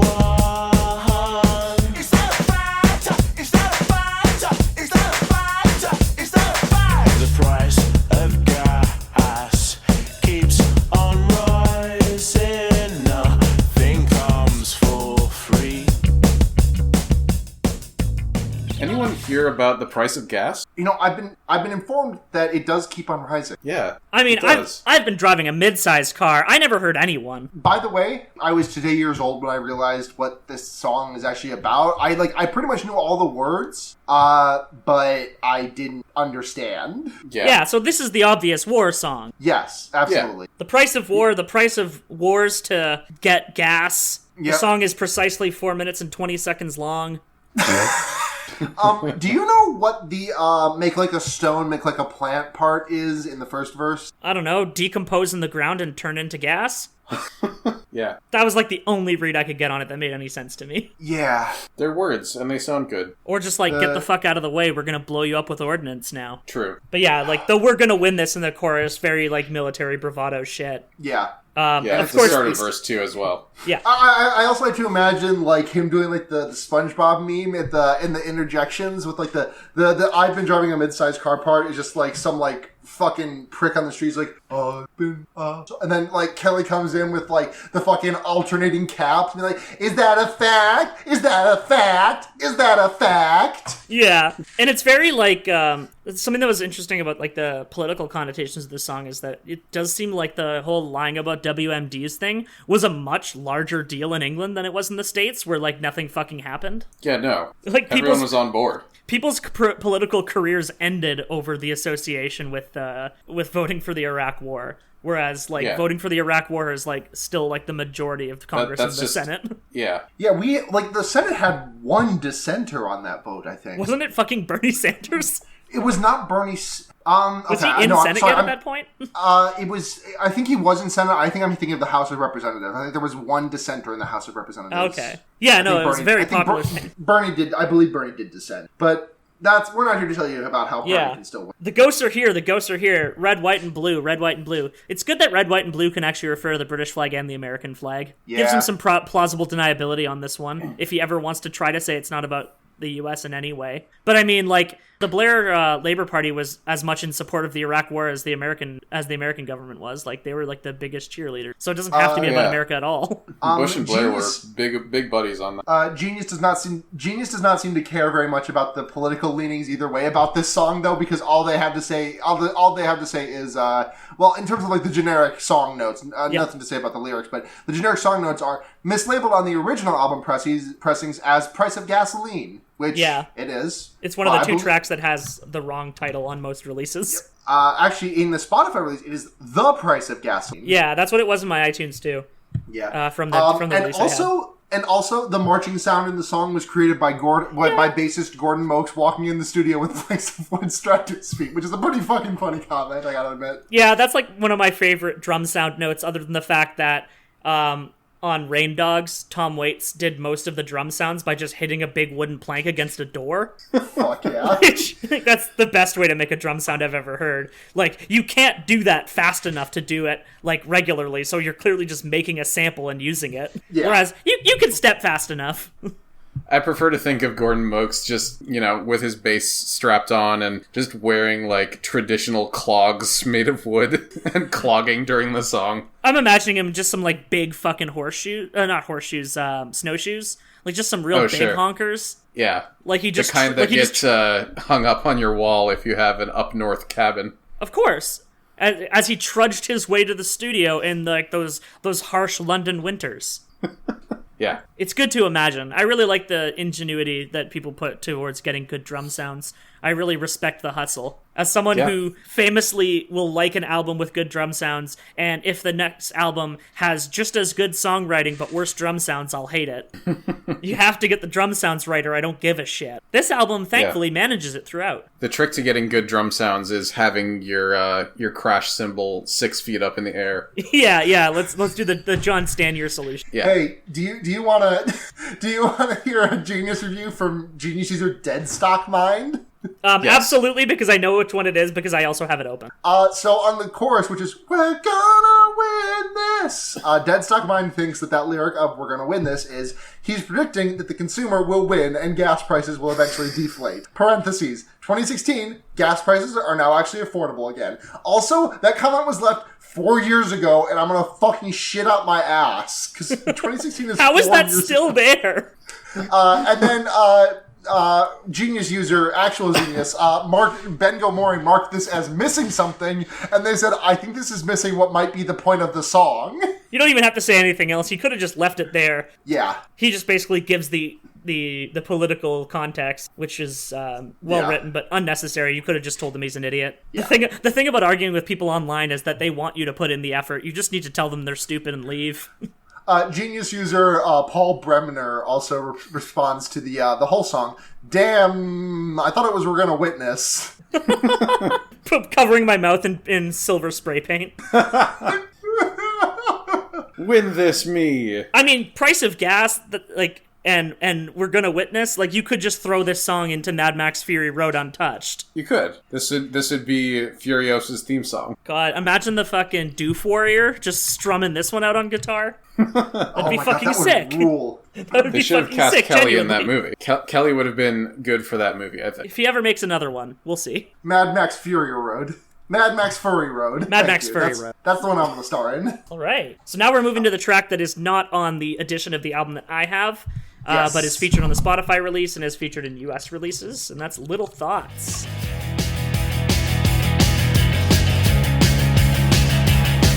Been thinking, little thoughts keep on walking. Trying to stand up, pay attention to the details. We go slowly, slowly down. Been thinking, little thoughts keep on walking. Trying to stand up, pay attention to the details. We go slowly down. This one slaps. I'm really glad that I got to listen to it. Yeah, I fucking love Little Thoughts a lot. It sounds like you are in your kitchen and then this band is performing this song in your garage. Yeah. And for the first little bit, and then it snaps to clarity. Yeah, it was really throwing me off at first when I was listening to it along with the album. I'm like, whoa, the production on this one's way different. Yeah. It sounds like it's coming through the phone almost. Yeah, but this is and still an Epworth joint. He's still produced for this one. And then fucking Matt Tong, it's just some some really tinny guitar and drums, and Matt Tong fucking breaks through boom, And I'm like, yes, bitch. Woo! yeah. I know I've onomatopoetized a lot of Matt Tong's work in this album, but it's good because I could fun. not recall anything off the top of my head other than the guitar line from Helicopter, so it's helpful. I have listened to this album so much. I've listened to it 4 times today, which has been more than I listen to most things. Yeah. So I've gotten a feel for it, but not to the point where I can recall anything other than the guitar line from Helicopter, which 1, I had friends with Guitar Hero as a kid, and 2, 100% sure it was in several commercials. Yeah. May have been in commercials, but it was also in FIFA 06 Which I had, yeah, okay. That tracks. Yeah. It was in another game that I can't remember, but I was on the YouTube page for the song, and it was who's here because it was 50 different comments saying who's here because of FIFA 06. Yeah, I wonder if that's the same FIFA game I have that has a Poly 6 track on it, because that was always really fun to hear when my brother was playing FIFA in the other room. It was a World Cup edition one, so they had tracks from all the different countries. I've linked you to that one Poly 6 song that I've heard that I really like called the one he did with Higa Driver. Yeah, No Party? I haven't actually heard that yet. Oh, it's so good. But I really do love Poly 6. They're very good. Unfortunately, I don't think have ever been favorably reviewed by Pitchfork, so will not be featured on this podcast. I think what I've heard of Poly 6 I like, but it's also I can't listen to this too long without getting a headache. But I That's think, so valid. That's why their albums are only 25 minutes long. What is it? Right. I Mean My Mine? Is that I the Might Me song? Mine. And Yes, that is I the love track that was in That FIFA. song's good. That song Yeah, rules. now is the time was their big US crossover album, which I think was actually sold in Hot Topic. Well, yeah, they were a big MySpace band. Yeah, I remember being on their MySpace back in the day, and they described themselves as sounding like Devo 2.0. Yeah, and their influences were listed as Devo, and Yeah. that's it. They're just we're Japanese Devo. We don't care about the comparison, and in fact, we invite them. Yeah, I don't think Mark Mothersbaugh ever worked with them, and I think that would be a very interesting collaboration. too. He should produce an album for them or something. But Little Thoughts. Little Thoughts. As I said, I am a little thought. Y'all mind if I been thinking Little Thoughts? You mind if I am Yeah. a little thought? I think I've gotten enough out of This that. world ain't just made of facts. It is, in fact, a society. I do Every half hour is a countdown is another one of those lyrics where it's like, I don't really know what this is saying, but I like it. Evocative, gets the people going, etc. Yeah. Yeah. It seems to me it's kind of like the sensation of just waiting for time to pass in boredom. Yeah. I also like the line, the pair of lels in the next line, which is 3 times, if it's 'cause my age, then you're a coward. And then the 4th line is, I haven't got the guts to stand alone, which I think is a nice, like, parallel between, you're a coward, I haven't got the guts. Yeah. Projection. Which is, haven't got the guts to stand alone. God, fuck, I'm just gonna bump this song all night. The chorus on this one is one of my favorite choruses on the whole album. It's really good. It has such a good rhythm to it. Yeah. Can you do the chorus? Do the chorus for me for a sec. I'll go back if you ask. I'll go back if you ask me. I'll go back. Yeah, there we go. If you ask, I'll go back. If you ask me, I'll go back. Then I wasn't sure how long the pause was before the "I'll go back if you ask." That's one problem with reading lyrics on lyric sites is that they don't. I like when lyric sites will format for like spaces and extended vowels. Yep. Like, it's not a professional way to write lyrics, but it's a way that actually like is useful for me trying to read along. Mm-hmm.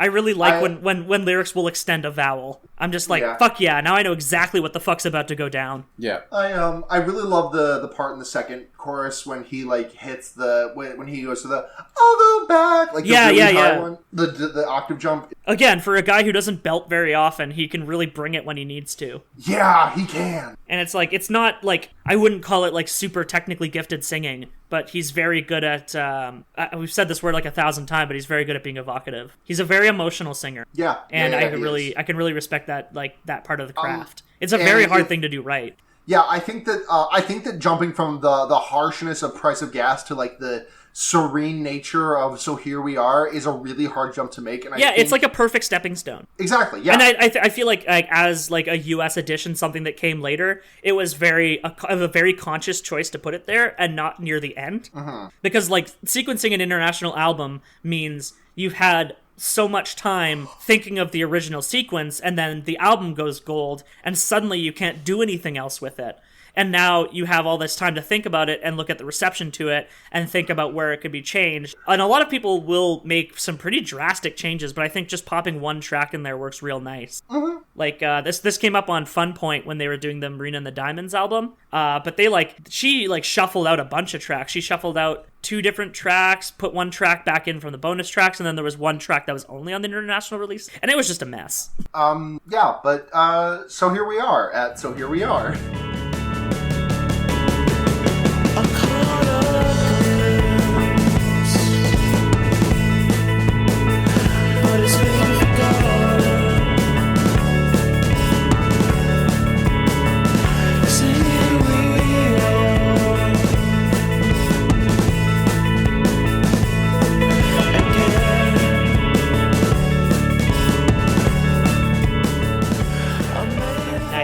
Fucking great transition. I just think this is a really fucking pretty song. I think Russell Lissack gets to do some really just like serene guitar work in this, and I love. There's a couple of parts in the song where Matt Tong does like a really gentle like cymbal roll, and it like sends chills down my spine every time. A good cymbal roll is very ASMR trigger. Yeah. Like it's that is how that's always felt for me. It's just a really, really good gentle cymbal roll, like where you can't even hear the sticks hit it. Yeah. Where it's just like, I that's also some love good shit right there. I also love the part where Kelly's just vocalizing the oh. I mean, he's saying the word home, but it's essentially vocalizing. But I love him like dipping into that falsetto, like not belting. This would have sounded like shit if he had belted. And absolutely. I think that like a lot of like indie rock bands are kind of hesitant to have their singer jump up into the falsetto. Mm-hmm. This is the one to fall asleep to on this album. Yes, it's very dreamlike. And it's very ethereal. And, like, lyrically, it just very much seems to be about, like, any kind of devotion. It could be a friendship devotion, relationship devotion, even probably a familiar devotion. And ecstasy devotion. Or a devotion to fucking drugs. I fucking hate Genius so much. Genius is such a bad website, dude. It's not about drugs, you piece of shit soner, bitch suck dick 29. Fuck you. But yeah, no, it's just a real pretty one. Yeah. I guess, like, it's mostly relationship when you get into verse 2. So I really tried to be what you wanted, it all went wrong again. A lot of breakup kind of jams on this album, huh? Yeah. What you been through, Kelly? What you been through? I don't know, but I'm certainly feeling it. I might dip into this one a lot more in the coming couple of weeks, now that I know what the lyrics is about. So I know that feel, Scoob. Oh, God, Kelly definitely knows that feel. But, speaking of things to say, y'all want to talk about Luno? We can talk about Luno.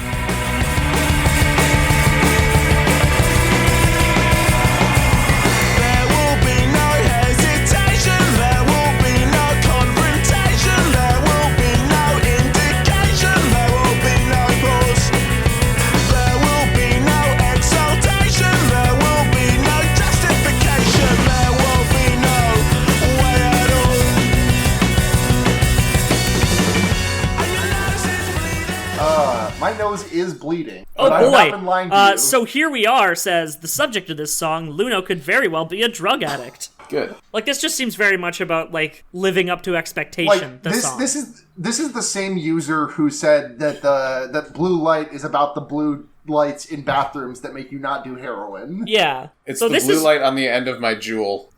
I could never get a proper lead on the I can heal the blind, I can cure the sick kind of line. I can say the right things, I can say the right things. It's just basically like the most of the song prior to that point is about someone who seems to be like, you know, jumping through hoops, trying to live up to expectation. Yeah. And then at that point, it's basically like, is it like he's saying, he's coming in being like, I'm the person who could solve all your problems?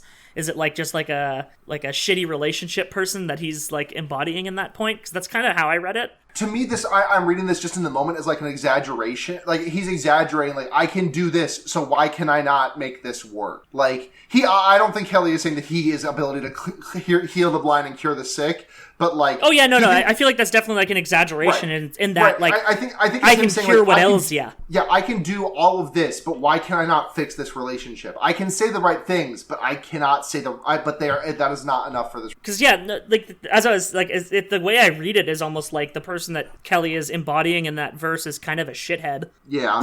Because like, it almost seems like I can say the right things, I can do the right, I can do all this for you. Where'd you get so cruel? Where'd you get so cruel? Is like, you know, the moment where this person who you're approaching because of her low self-esteem is standing up for herself in the relationship, and the person who's abusing is coming back in a way like, you know, like, why are you standing up for yourself? And then at the end, it's like, come back to me the way you were when we were young. Like, change yourself back to this point in your life when you were different, when you were the way that I liked you to be. And like, I very much just read this as like an abusive kind of relationship song. Like, obviously not like praising it, like, you know, it's a shitty narrator kind of situation, but that was my read of it. Yeah. I'm entirely sure. Yeah. I think a lot of it is open to interpretation, but that was kind of the way I went with it. Yeah, that's fair. I don't really have much else to say about it. This is a song that I don't not like this song. It just kind of like glazes over my brain every time I listen to it. Mm-hmm. I like this. I like the energy. I like the sound. I like the Death from Above 1979 version of it a lot. Plans is pretty. Taste for blood, I'm walking out without you.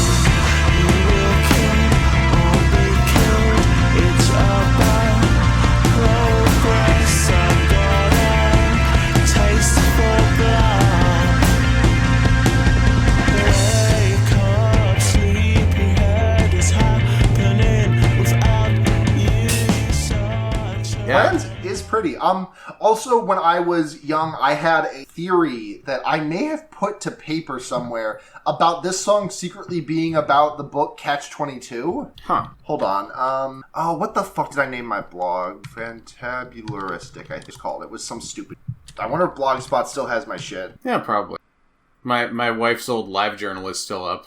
Not Blogsport, Blogspot.com. Come on. Nope. Can't find it. Sports blogger. Open up no Animal Collective this week. Open up your blog. Damn it.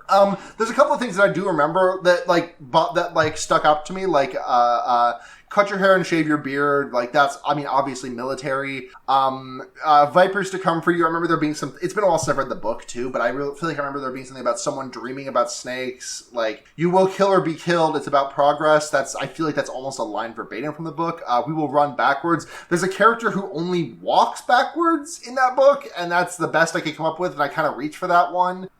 Whip cracks, we jump, also military, and also I can imagine something like a military sergeant just screaming, "Wake up, sleepyhead!" into the fucking barracks. This song always just kind of struck me as like a song towards someone who's, wasting their life, not really doing anything, always kind of making plans but never taking action. He'd be on their phone. He'd be on his phone. He'd be on his phone, like especially with like been training vipers to come for you in your dreams to release you, in your sleep. Like just like you're so not taking action in your life that I'm literally going to train a snake to attack you until you start moving. Yeah, it's like a reverse dog track. Instead of a bunny that they all chase, it's a snake chasing you around the track. Genius user John Blaine Williams says, not even the convincing power of the singer can move this person. He's considering other options. That's probably my favorite annotation so far. It is. This guy Thank you, John rules. Blaine Williams.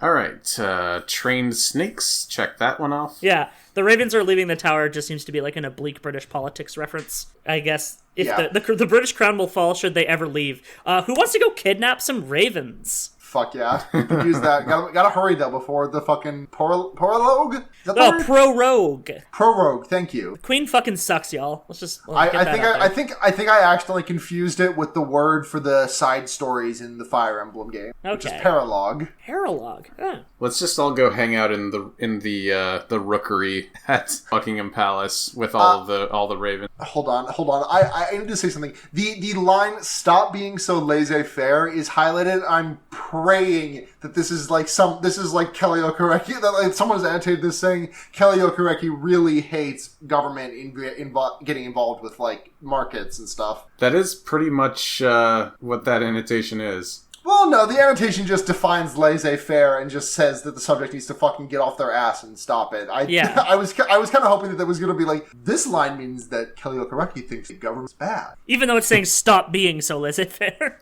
Yeah. Or like, he thinks the big government is good? I don't really know what laissez-faire is. Is that big government or small government? Whatever. Who gives It's the government just not giving a shit and letting capitalists run roughshod over the rights of the people around. Yeah. So, capitalism. Yeah. But yeah, that's just what it is. If Pioneers is my favorite song on this album, this is a pretty close second. It's kind of just it's one of those songs that kind of just rattles around in my head a lot. You will kill or be killed. It's about progress. I've got a taste for blood. Like the way he kind of like falls off blood at the end of that chorus is really good. I also just like we make plans for big times, then get bogged down, distracted. We get plans for good times only on the surface, so kiss me before it all gets complicated. And then ending, of course, again with the I've got a taste for blood. And then we move into the final track. The compliment. Nothing gets done, so life's so clear. We just get on, and all the while been torn asunder. Nicotine and bacteria. We see the Which Kelly Okereke has done. This was a song that he wrote back before Bloc Party was Bloc Party, back when they were Union, which I believe was. I've seen video of these guys doing it live. Russell Lishack has the exact same like hair swoop. Like he looks like fucking he looks like that motherfucker from Apollo Justice, Ace Attorney, Darren, what's his face or whatever, the one with like the fucking dick, the big fucking pompadour. Yeah. Like that's what Russell Lissack looks like in the video, but I cannot. And it's Matt Tong on the drums, but I cannot tell whether or not that's Gordon Mokes on the bass. Irrelevant. But the video does introduce by Kelly saying, "This is a song about hating your job." Matt, I would like to say Matt Tong is shirtless in the video, and when I was at the concert, he lasted about 4 songs before he ripped his shirt off and threw it into the audience. Absolute legend. Yeah, we do stan. We do. I think this song is like it's fine. It just kind of feels like a bit of a fart to end the album on. I kind of like it as an outro. I like when outros kind of bring them down from like a mood that was more like maybe manic. You could say. I think it very much seems to follow from the last song. I don't think this is a bad song. I just feel like this is like it just does not feel like as interesting as the rest of the album. And maybe that's like intentional, but I don't know. It seems to follow a very similar narrative thread to Plans. And like just kind of like a youthful like lethargy. We sit here, we smoke. Nothing gets done. Yeah. And it could almost feel redundant in that way, but I also just think it's really pretty and it's a nice way to end it. And it kind of works for me the way that it's set up on the CD version that I have, which the song ends and then there's like 7 minutes of silence and then there's the instrumental bonus track, because it almost just seems like you leave the record on the wheel kind of thing and just a nice little surprise at the end. I think it's a really nice way to end a record that way.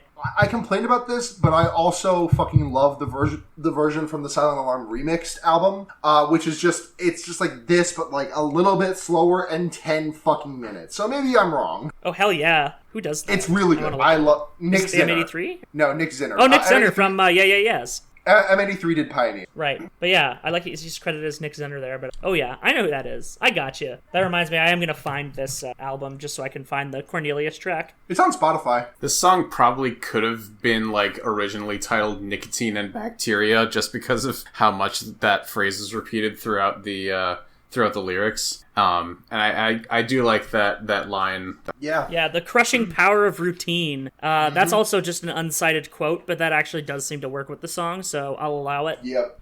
Yeah. It's by John Blaine Williams. We just called him a comrade, so I guess we have to accept it. We're legally obligated to stan. No choice. Yeah. No chance and no choice but to stan. Guess I'll accept it. Just side note, every time I hear we're obligated to Stan, I think of Wayne Knight from Space Jam because he was Stan. That's true. And he was obligated to Stan himself because that was literally his job, was to be Michael Jordan's... A publicist. Yeah. Yeah. He was obligated by the crushing force of capital to stan. I don't know, there's something about an album filled with songs about anxiety and ending with a song about capitalist isolation in a workplace society that kind of works for me also. Just like on the thematic bend of the album. Thematically good. Thematic good, yes. Just depends on how much you're feeling the slow songs, which for me, it worked really well. Sometimes I am. Sometimes I am not. I am vast. Do I contradict myself? Very well. I am vast. I contain multiple. Working a normal 9-to-5 40-hour work week, I can definitely identify with that sentiment. Just a lot of sitting and sighing. Yep. Like 90% of my conversations with someone else at work just start with sigh. Okay, so... Yeah. And when you get home, you're already too tired to do anything you actually want to do. But yeah, no, it does really just feel like it was called Nicotine and Bacteria, and then they're just like, well, we can't call it that. Yeah. For whatever reason. This is the NyQuil driver of this album. This is the NyQuil driver of this album.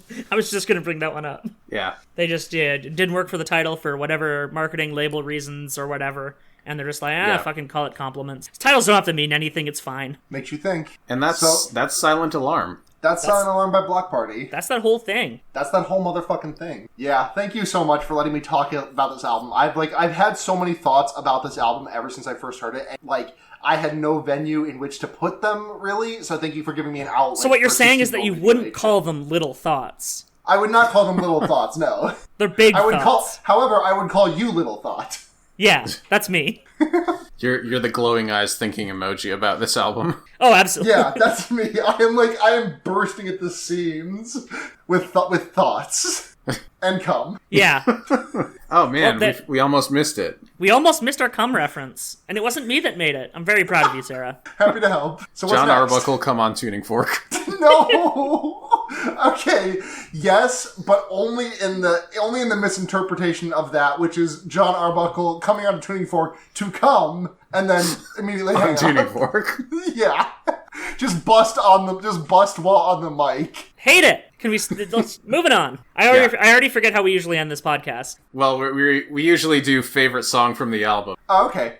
I think I already said it as such, but my favorite is Pioneer. I was really feeling positive tension the whole time, so that's what I'm going to stick with. Interestingly enough, I think mine might be Blue Light. It's good. It's a good song. They're all really good. Like, I don't think there was a wrong choice, except for maybe, like, if you said she's hearing voices, I would have been like, yeah. Delete my audio. We're not doing this podcast anymore. Yeah. Delete noise space. Delete the whole thing. The whole website just needs to go in the toilet now because you said that. One thing that I do know... It turns out Noise Space was just Joker's trick all along. one thing that we do like to go over is, like, based on the critical reception for the album, does it hold up? And I think, absolutely. A Pitchfork 8.9, probably not as generous as it could have been, but, like, still a solid score, especially for that era of Pitchfork. It was before they were given low nines to everything. This is definitely hindsight, because this album was, like, huge. Like, this album was, like, instrumental. Like, this, I feel like 8.9 is low, and it's impossible for me to remove myself from that hindsight, because I didn't know that about this album until I was, like, in a world where so much music had been, like, this album had, like, already made its, like, ripples throughout the rest of music. Yeah. But coming to an album like this, or, like, any album that, like, had a huge cultural impact afterwards is always really interesting to me. Like, I came to the Arctic Monkeys and whatever the fuck that album's called, like, several years later. Whatever you think I am, that's what I'm not. Yeah. I fucking hated it when I first heard it. And I'm like, I don't understand anything about why this is popular. And but then your eyes are open to the role of Gomper. Then my eyes were open to the role of Gomper. I mean, I still don't like it that much, but I at least get it. It's like early Cage the Elephant, which is exactly my type. Yeah. I think it kind of works. The legacy of the band is this was, I believe, their highest rated thing by Pitchfork. Highest rated, and I think most people can. I think most people who are fans of this band can mark a pretty solid trajectory from this album downwards. Yeah. Like, Weekend of this. Like, I think for me, these three albums, it's really hard for me to rank all three of them. I think for me, if I had to, like, put them in an order, I think it does go Silent Alarm, Weekend in the City, Intimacy, but, like, by a hair on each. Sure. They're all really good albums and all really close to each other, and definitely far closer than I feel like Pitchfork, like. Yeah. Cool. I get that. So we don't have to make this a segment, but I really just wanted to point out, like, the way that I'm most familiar with Kelly, which is the song. No. We're making this a segment now because I picked out a fucking song. Fine, God. It's not even a Bloc Party song. It's a song he did with RAC for his album, which was called Strangers, and also featured vocalist MNDR. Eyes are glowing red, and your tongue has caught on fire.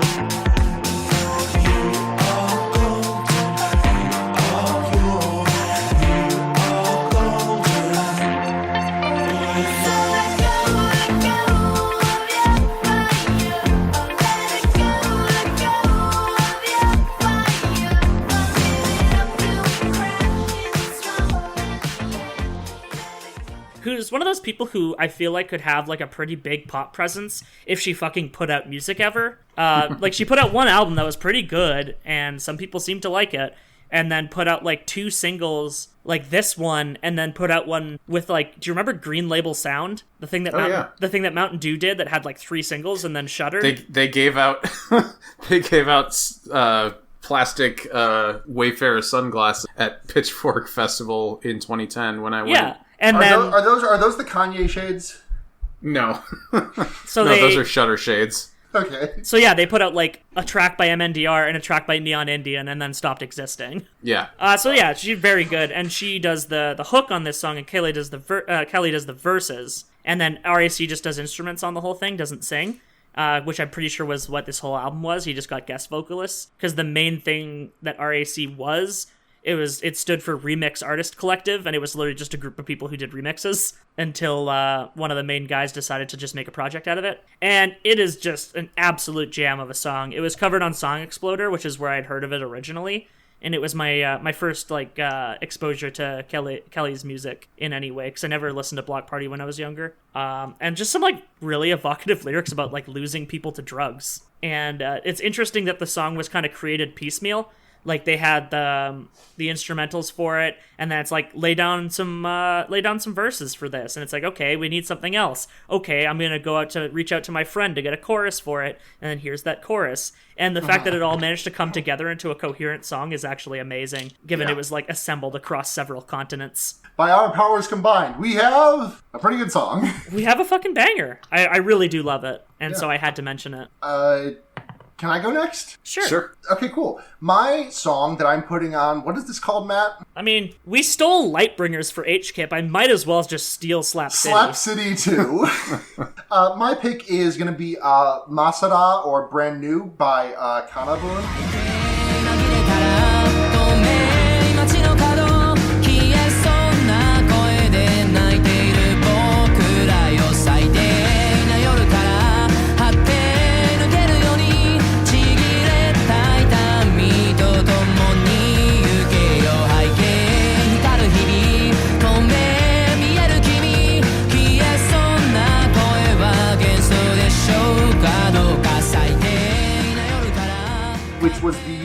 was used as the intro song for Sarazanmai, the Ikuhara anime from earlier this year. It is a really, really weird show, but a really, really good and emotional show about, as referenced earlier, the mortifying ideal of being known and connecting with people. And that's a lot of what the song is about if you translate the lyrics, because it is all in Japanese, I will say, but also it's the only song that, it's the first song that, like, I liked so much that I learned Japanese so that I could sing along with the chorus. It's got some big guitars. They hit some really high notes in the chorus. There's some really good harmonies. Kanabun has done a lot of J-rock that you may be aware of. Probably most famously, they did Silhouette, which was a Naruto Shippuden opening. But you may have heard it if you did you ever see that video going around a couple years ago that was like, what if The Force Awakens was an anime opening or something? Yeah. Yeah, that was the song that was used. Same thing was true. Like there was a Spider-Verse and Avengers one going on. They always use Silhouette by Kanabun from Naruto Shippuden. But yeah, Masara by Kanabun. They're a really good fucking band, and that song fucking rips. And I guess mine would have to be the song that I've listened to the most number of times in the last year, which is the song "Dreamsicle Bomb" by Black Moth Super Rainbow.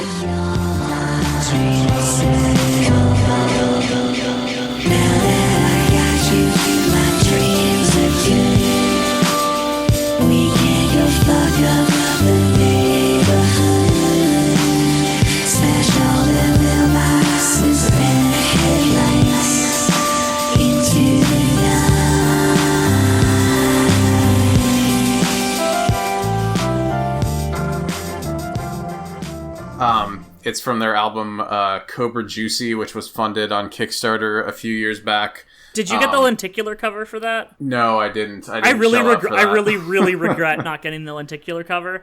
I also didn't get the rubber mask. Yeah, I didn't have the money to pay for something that exorbitant in 2012, but it's so fucking pretty.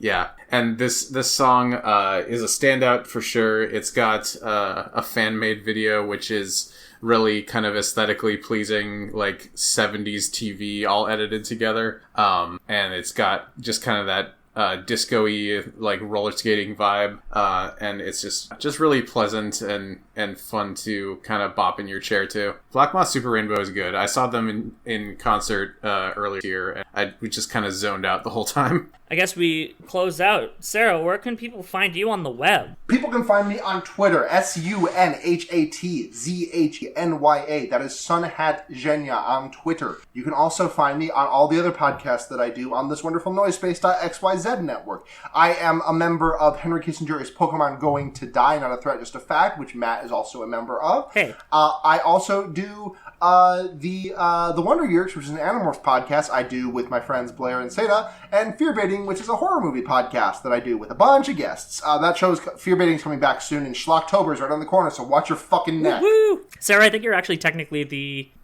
most active host on all of Noisepace with your podcasts combined. Am I? Wow, that surprises. Well, just because Fearbaiting has over 100 episodes, and the only other show with over 100 episodes is The Island Shuffle, and that's the only show that Bean and James do, so by virtue, you pass them. I am most prolific. Yeah, podcasting. I have the biggest brain. Now this is podcasting. I'm David. You can find me on Twitter at Daves with 3 Vs. I also do a show on Noisepace called The Stick, which is a Homestar Runner podcast. We just did a Tuning Fork-esque episode about Strong Bad Sings and Other Type Hits. The one and only Homestar Runner CD in 2003, featuring such hits as Everybody to the Limit and Trogdor. So go listen to that if you remember Homestar Runner at all. Yeah, that's it for me. I'm Matt. You can find me on Twitter at MattGCN. I run this bitch, that being this network. I have some podcasts, including Giants Confirmed, which is out. They Might Be Giants. I'm also on Henry Kissinger's Pokemon Going to Die. I have other podcasts. They may start again soon. We'll see. I can't wait for episode 4 of Field Guide to Canadiana. You need episode 3 first. I'm trying to give you more credit. Yeah. Episode 2 was about bagged milk, and we really just got my hyena laugh out. We really hit the peak with writing about bagged milk, and then really couldn't think of another subject. Yeah. Our theme song is Open Air by Animal Style from the album Open Air.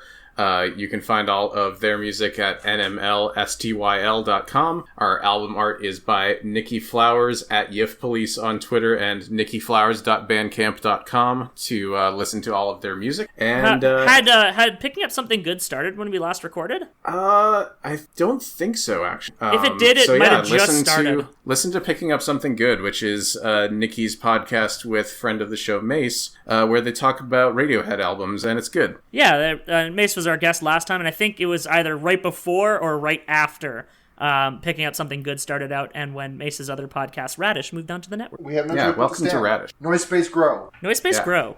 And as we always say, I had never seen a shooting star before. I'd never seen a shooting star before. Folks, I have never, ever in my life seen a shooting a shooting fart. Thank you. Never seen a shooting fuck. I've never farted on a star before.